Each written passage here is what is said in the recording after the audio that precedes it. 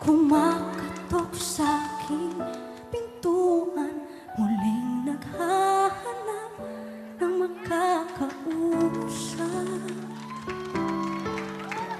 At heto naman ako, nakikinig sa mga kwento mo, paulit-ulit lang, nagtitiis kahit nasasaktan.